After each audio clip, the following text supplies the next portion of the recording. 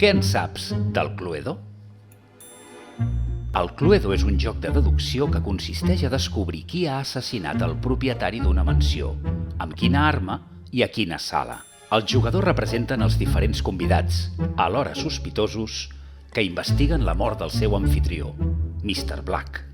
L'any 1944, Anthony i Elva Pratt, que eren matrimoni, van crear el joc. El nom inicial del joc era Murder, assassinat. L'empresa Warrington en va comprar els drets i va canviar-ne el nom a partir d'un joc de paraules.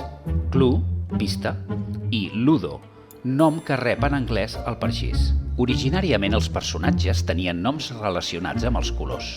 Se n'han fet centenars de versions, com és el cas d'una edició amb els personatges dels Simpsons. El joc ha inspirat sèries de televisió, pel·lícules, videojocs i, fins i tot, un musical.